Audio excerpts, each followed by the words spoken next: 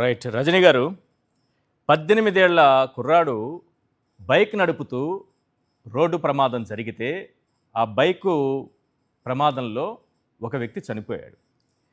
ఆ యువకుడికి 18 ఏళ్ళు చదువుకునే అబ్బాయి అతని జీవితాన్ని కూడా నాశనం చేయాలని హత్య కేసుకు సంబంధించినటువంటి సెక్షన్లు పెట్టారంటే ఈ పోలీసుల్ని, ఈ వ్యవస్థని, ఈ ప్రభుత్వాన్ని ఏమనాలి? Point number 1. పాయింట్ నెంబర్ 2, దీన్ని మళ్ళీ రాజకీయ అవసరాలకు ఎలా వాడుకోవాలని మంత్రి పార్థసారథి గారిని పంపిస్తారు చంద్రబాబు నాయుడు గారు. మిగతా వాళ్ళు ఎవరు రారు.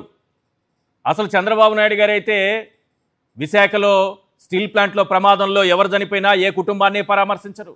మత్స్యకారులు సముద్రంలో ప్రమాదం జరిగి చనిపోతే ఆ కుటుంబాలని పరామర్శించరు. సందర్భాన్ని చూసి అదే సామాజిక వర్గానికి సంబంధించిన వాళ్ళని పంపించి రాజకీయ అవసరాలకు మాత్రం వాడుకుంటారు. అసలు ఈ ప్రమాదం, ప్రభుత్వం వ్యవహరించిన విధానం, పోలీసులు వ్యవహరించిన విధానంపై ఏం చెప్తారు? నమస్తే సార్. దీంట్లో ముఖ్యంగా ఏదైతే గౌరవ జగన్ రెడ్డి గారు ఇందాక ప్రెస్ మీట్ లో చెప్పింది అదే జడ్జి గారు చెప్తారండి. కోర్టులో జడ్జి గారు కూడా అదే చెప్తారు. ఎందుకంటే culpable homicide it's not an amounting on murder అండి. అది ఒక మనిషి చనిపోయాడు, కానీ అది అనుకోకుండా జరిగిన ఘటన, అది దురదృష్టవశాత్తు జరిగిన ఘటన, ఇంటెన్షనల్ గా జరిగింది కాదు అంటూ కట్టినటువంటి సెక్షనే 304A ఐపీసీలో గతంలో నెగ్లిజెన్సీ ఆఫ్ డ్రైవింగ్ అని ఉంటదండి. దాంట్లో కాజింగ్ అండ్ డెత్ వచ్చినప్పటికీ అది కల్పబుల్ హోమిసైడ్ గానే కన్సిడర్ చేస్తారండి. ఇప్పుడు బిఎన్ఎస్ లో 106 వచ్చిందండి. సో 106 సబ్ క్లాస్ 1 లో ఒకవేళ ఆ డెత్ జరిగిన తర్వాత అతను దానికి కారణాలు అడుగుతారండి. సో అక్కడ మైనర్ పిల్లవాడు, లేకపోతే అవతల చనిపోయింది ఒక గొర్రెల కాపరి, దెర్ ఈస్ నో ఇంటెన్షన్ అనేది ధృవీకరిస్తారు.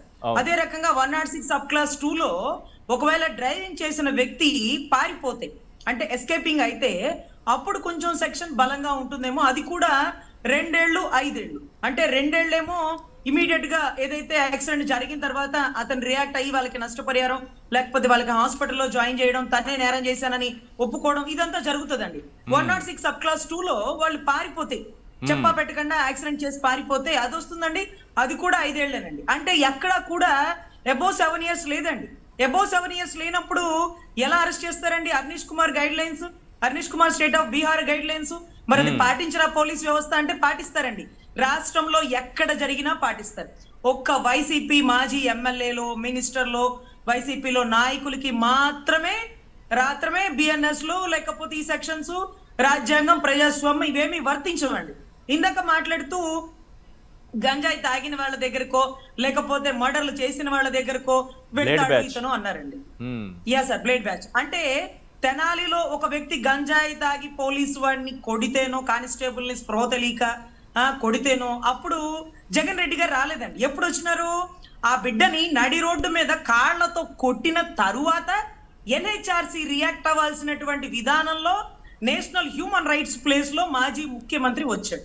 గంజాయి తాగిన వాళ్ళకి సపోర్ట్ చేయలే. మీరు నడి రోడ్డు మీద యువకులని స్పృహ తెలిసిన మీరు కాళ్లతో కొట్టినందుకు వచ్చారు.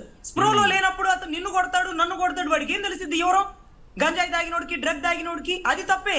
కానీ స్పృహ తెలిసి యూనిఫామ్ లో ఉన్న నీవు నడి రోడ్డు మీద కాళ్లతో కొడుతూ, కర్రలతో కొడుతూ ఆ వీడియోని ఎంత దమ్ముగా సర్క్యులేట్ చేసినో, ఏమనుకుంటున్నావు ఇది ప్రజాస్వామ్యమా అనే పరిస్థితిలో ఆయన అక్కడికి వెళ్ళారండి. గాదే సాయి కృష్ణ దగ్గరకు కూడా, మర్డర్ చేసిన దగ్గరకు కూడా బహుశా మాజీ ముఖ్యమంత్రి వెళ్ళి ఉండకూడదేమో. కానీ ఎందుకు వెళ్ళారు? ఒక మహిళ నెల రోజుల నుంచి పోలీస్ స్టేషన్ చుట్టూ తిరుగుతూ హెబియస్ కార్పస్ పిటిషన్ వేసి, నా బిడ్డ కనపడటం లేదు, మీ స్టేషన్ కే తెచ్చారు అని అడిగితే స్పందించినప్పుడు మాత్రమే మాజీ ముఖ్యమంత్రి ఎన్హెచ్ఆర్సీ ప్లేస్ లో, నేషనల్ హ్యూమన్ రైట్స్ ప్లేస్ లో అక్కడికి వచ్చి స్పందించిన తరువాత అర్ధరాత్రులు తీసుకున్న ఫ్రెష్ కంప్లైంట్ తర్వాత మీరు ఎఫ్ఐఆర్ నమోదు చేయడం జరిగింది. క్రాంతి కుమార్ కేసులోనూ అంతే కదా మేడం? క్రాంతి కుమార్ కేసు అయినా కొంచెం స్పీడప్ అయిందంటే జగన్మోహన్ రెడ్డి గారే కదా సార్. Exactly sir. ఇక్కడ ప్రభుత్వం స్పందించినప్పుడు, పోలీస్ వ్యవస్థ నిర్లక్ష్య ధోరణితో ఉన్నప్పుడు ఎవరో ఒకరు ఎప్పుడో ఒకప్పుడు రావాలి కదండి. అలా వచ్చిన వ్యక్తే మాజీ ముఖ్యమంత్రి వర్యులని భావించండి. మీరు గంజాయి తాగిన వాళ్ళకి అతను రాట్లా, మీరు నడి రోడ్డు మీద కొడితే వస్తాడు, రాకపోతే ఎట్లా? 40% ఓటింగ్ ఉంది, జననాయకుడు. ఈ రోజు జనాల్లో అతను వెళ్తున్న తీరు చూస్తుంటే అర్థమవుతుంది కదా, దీపావళి ముందుగానే వచ్చినట్లేదండి వీళ్ళకి. సో ఇటువంటి పరిస్థితుల్లో అంబటి రాంబాబు గారి విషయంలో కూడా ఆయన వచ్చి ఉండకూడదు. ఎందుకంటే అంబటి రాంబాబు గారు స్లిప్ అయ్యారు కాబట్టి అని అనుకోవచ్చండి. స్లిప్ అయిన వ్యక్తి తానే మీడియాని పిలిచి క్షమాపణ చెప్పడమే కాకుండా ఒకవేళ జైల్లో వేసినా స్టేషన్ లో పెట్టినా గౌరవ్ జగన్ రెడ్డి గారు వచ్చి ఉండేవారు కాదండి. ఆపకుండా 7:30 గంటలు ఇంటి మీద దాడి చేస్తే ఇది అప్రజాస్వామికం, లోపల మహిళలు ఉన్నారు, భయభ్రాంతులకు గురి చేస్తున్నారు, ఈ ఏరియా ఎమ్మెల్యే వచ్చి మాత్రం దాడి చేయడం ఏంటి అంటూ అక్కడ కూడా ఆయన రావాల్సి వచ్చిందండి. అంటే ఆయన రావాల్సి వచ్చే పరిస్థితులు మీరు క్రియేట్ చేస్తూ ఈ రోజు వచ్చిన తర్వాత ఈ జనాన్ని చూసి మరి ఏం చేయాలో అర్థం కాని పరిస్థితిలో ఉన్నారేమోనండి. సో ఇటువంటి పరిస్థితుల్లో గంజాయిలకో లేకపోతే మర్డర్లు చేసిన వాళ్ళకో రౌడీ షీటర్లకో ఆయన రాలేదు.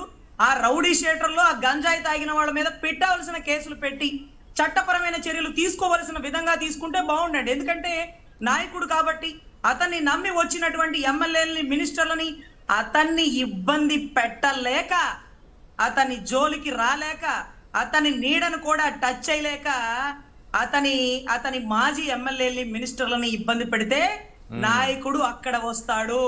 కల్తీ మద్యం కేసులో 4-5 చోట్ల కాదు, 8 చోట్ల కాదు, 15 చోట్ల గౌరవ్ జగన్ రెడ్డి గారి పేరు ప్రస్తావించారు. లిక్కర్ స్కామ్ లో కూడా 28 చోట్ల పేర్లు ప్రస్తావించారు. మరేం పాపం సిఐడి నోటీసులు ఇచ్చి జగన్ రెడ్డి గారిని పిలిపించొచ్చుగా, మెట్లెక్కించొచ్చుగా. అంటే అధినాయకుడిని టచ్ చేసే దమ్ము లేదు, అది రాష్ట్రానిక సెంట్రల్. కానీ ఈ రోజు ఆంధ్రజ్యోతి న్యూస్ పేపర్ చించినందుకు రోజారెడ్డి గారిని అరెస్ట్ చేస్తామంటూ 41 నోటీసులు ఇవ్వడం ఏంటో. ఆవిడ 6 రూపాయలు పెట్టి పేపర్ కొనుక్కుందండి, కప్బోర్డ్ లో వేసుకుంటదో మడిచి పక్కన పెట్టిద్దో, వీళ్ళకి ఎందుకు? కప్బోర్డ్ లో పెట్టి పైన బట్టలు ఐరన్ చేసిన బట్టలు కూడా పెట్టుకుంటారు. దీన్ని రాధాకృష్ణ గారు చూసారంటే కేసు పెడతారేమో. సార్ నేను 2-3 పరిచయస్తులు టీడీపీ వాళ్ళని కూడా అడిగినాను సార్. సార్ అప్పట్లో 100 కోట్లు స్కామ్ చేసింది, ఆడుదాం ఆంధ్ర అని మాతో చెప్పించేవాళ్ళు కదా సార్. ఇప్పుడు మీరు ఆడుకోవచ్చు కదా కేసు వేసి అంటే, ఆ కాదులే రజనీ గారు, కొంచెం ఆలోచించి వెళ్ళాలని ఆలోచిస్తున్నారు మా నాయకుడు, మా చంద్రబాబు గారు అన్నారండి. ఒక రోజు రోజా గారిని కూడా అడిగాను, ఏమ్మా ఆడుదాం ఆంధ్రాలో 100 కోట్లు స్కామ్ అని చెప్తుంటారు కదా, అది ఎలా జరిగింది అంటే, రజనీ గారు దాంట్లో 100 కోట్లే రాలేదు, 100 కోట్లు స్కామ్ ఎట్లా చేస్తాను, అందులోనూ జగన్ రెడ్డి గారు చైర్మన్ కి అధికారాలు ఇవ్వకుండా కేవలం కలెక్టర్ కి అధికారాలు ఇచ్చి కలెక్టరే ఫండ్ డిస్ట్రిబ్యూషన్ చేసేలాగా కేవలం ఆ చెక్కులతో ఫోటోలు దిగే అవకాశమే మాకు ఇచ్చారు. ఈ రోజు ఎవరా కలెక్టర్ అండి? ప్రద్యుమ్న గారు.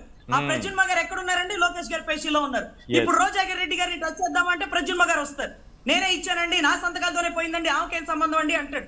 సో ఇట్లా బురద జల్లే పరిస్థితులు అందరి మీద వేసేసినారండి. ఇప్పుడు నిరూపించండియా బాబు అంటే, ఆ కాదులేండి కొన్ని కారణాలు, కొన్ని ఇబ్బందులు అంటూ ఈ రెడ్ బుక్ పరిపాలనలో అవినీతి పరమైన పరిపాలన నడుస్తుంది అనేది వాస్తవిక విషయం అండి. రైట్. ఒకసారి ఒక దృశ్యం చూసిన తర్వాత దానిపైన డిస్కస్ చేద్దాము. ఎందుకంటే అక్రమంగా కేసులు పెట్టి జైల్లో పెడితే వాళ్ళని జగన్మోహన్ రెడ్డి గారు పరామర్శిస్తే బ్లేడ్ బ్యాచ్, గంజాయి బ్యాచ్ అని